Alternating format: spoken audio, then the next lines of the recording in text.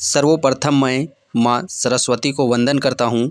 तत्पश्चात आप सभी शिक्षक गणों को नमन करता हूँ, जोहार अभिनंदन करता हूँ।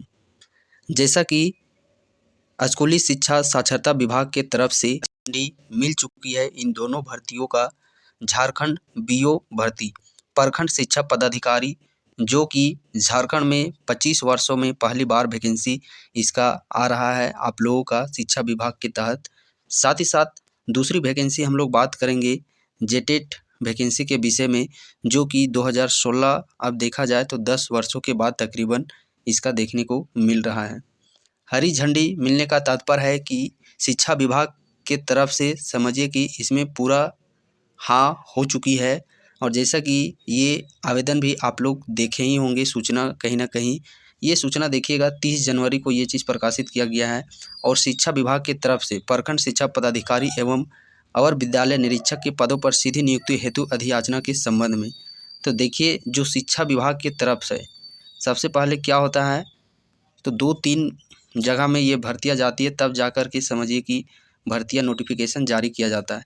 सबसे पहले देखिए विभाग की तरफ से रोस्टर तैयार किया जाता है कि कितने सीटों पर वैकेंसियाँ निकाली जाएगी, कितने सीटें खाली है सो। तो देखिए इसमें आप जस्ट कुछ दिन पहले ही देखेंगे, कुछ दिन पहले क्या कुछ मंथ पहले ही आप लोग देखेंगे 2025 में ही बीओ भर्ती का सुगबुगाहट दिखना प्रारंभ हो गया था कुछ ना कुछ। तो उस समय भी देखिएगा 200 सीट निकाला गया था, बट सीटों का संख्या थोड़ा सा रोस्टर में त्रुटि थी, तो उसी को देखिए आपत्ति का निराकरण करके अभी वर्तमान में 237 सीटें लाई जाएगी, जिसमें कि 222 रेगुलर और 15 बैकलॉग सीट आप लोग का निकाला जाएगा।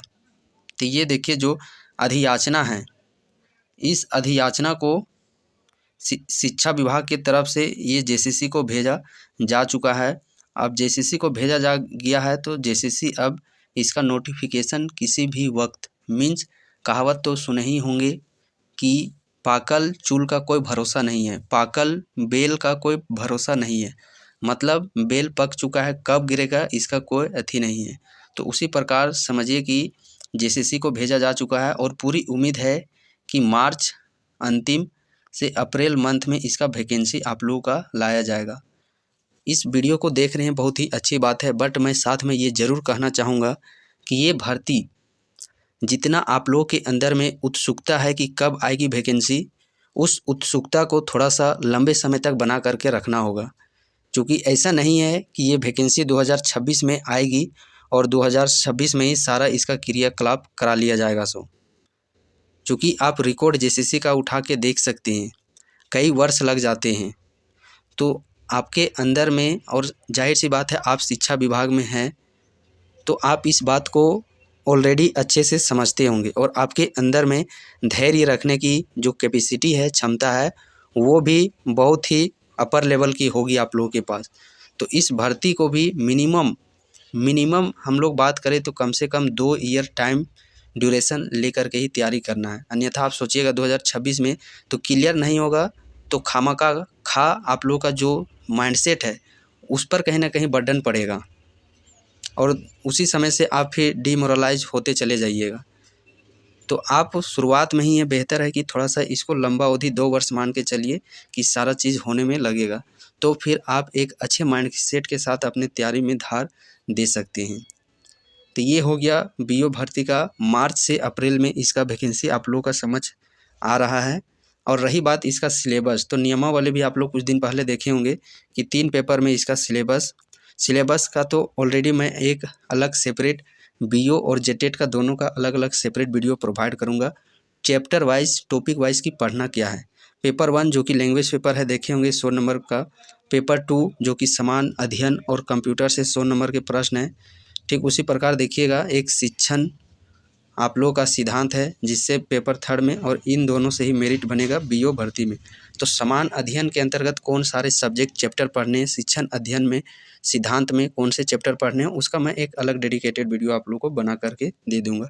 अब रह गई बात जेटेट की, तो जेटेट का भी देखिए, जेटेट में भी आप लोग का हरा झंडी मिल चुका है।